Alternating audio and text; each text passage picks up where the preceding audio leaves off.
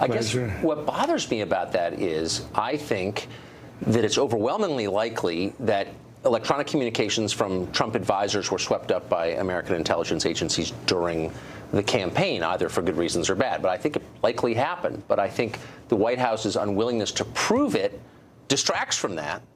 It undervalues or undermines their case, but also it detracts from like a conversation we should be having about surveillance. And it makes you question the credibility of the president on anything. Right. You know, he really should stop digging. We have now had the heads of the Senate and House Intelligence Committees, a Democrat and a Republican, come out and say they haven't seen a shred of evidence that this is true. There is nobody in the administration who will say this is true.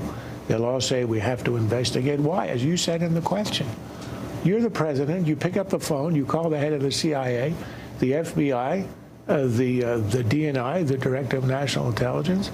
You've got the answer at your fingertip. You don't need an investigation. Look, there's not a person in Washington who thinks that there actually was a wiretap, that this is true. The president, look, he seems to have a belief in conspiracy theories.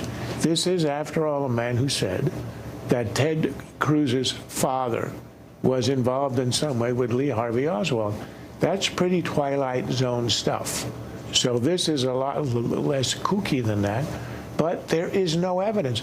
But as you say, it detracts from the fact that we do know that there was legal wiretapping of Russian officials that might have swept up Americans in it, and there could have been, I would go one step beyond that and say there could have been improper handling. When Americans are swept up in that kind of legal wiretap of a foreigner, the intelligence agencies are supposed to cover up and to disguise the identity of the American to protect them. There could have been mishandling of this, particularly in the case of General Flynn, and that is, I think, an issue that ought to be raised. Don't we know that that happened? And I agree that it detracts from the imprecision of his words, detracts from it.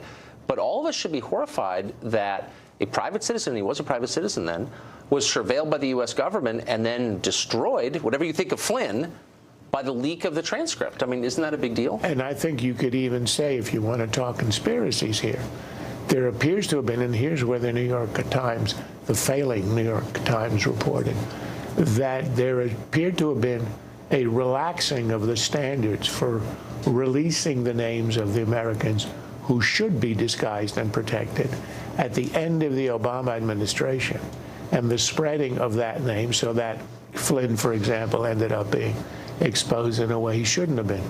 But I think it's really odd here, Tucker. We have two conspiracy theories. A, the wiretapping of Trump Tower. That didn't happen, and we're chasing our tails on this.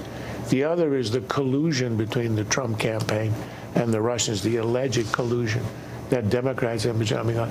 There is no evidence of that either. We just had today Mike Morell, who is sort of a pro-Clinton former deputy head of the CIA, saying there's smoke, but there's no fire here. Right.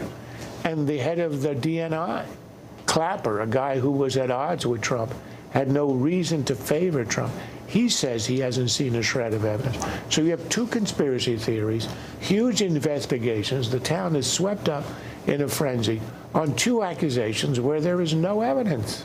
Yeah. Meanwhile, the debt ceiling came and went, which is actually last question. Every time I talk to people on the intelligence committees who are charged with oversight of the intelligence agencies, they always strike me more as fanboys and defenders of those agencies rather than as people who are acting as a backstop against overreach and protecting our interests as the public. Why is that? Why the Stockholm Syndrome? Well, they're not libertarians like you. Well, I'm not really a libertarian. I'm an American who doesn't want people reading my email without a good reason. Well, for them, look, let me speculate since I don't know. But it's never stopped me before. And I am a psychiatrist, and I'm allowed to do this kind of stuff. You know, they probably get exposed to all kinds of hair-raising intelligence. Yes. All kinds of weird plots we never hear of, scary plots that are stopped at the last minute. So imagine you're hearing that every week.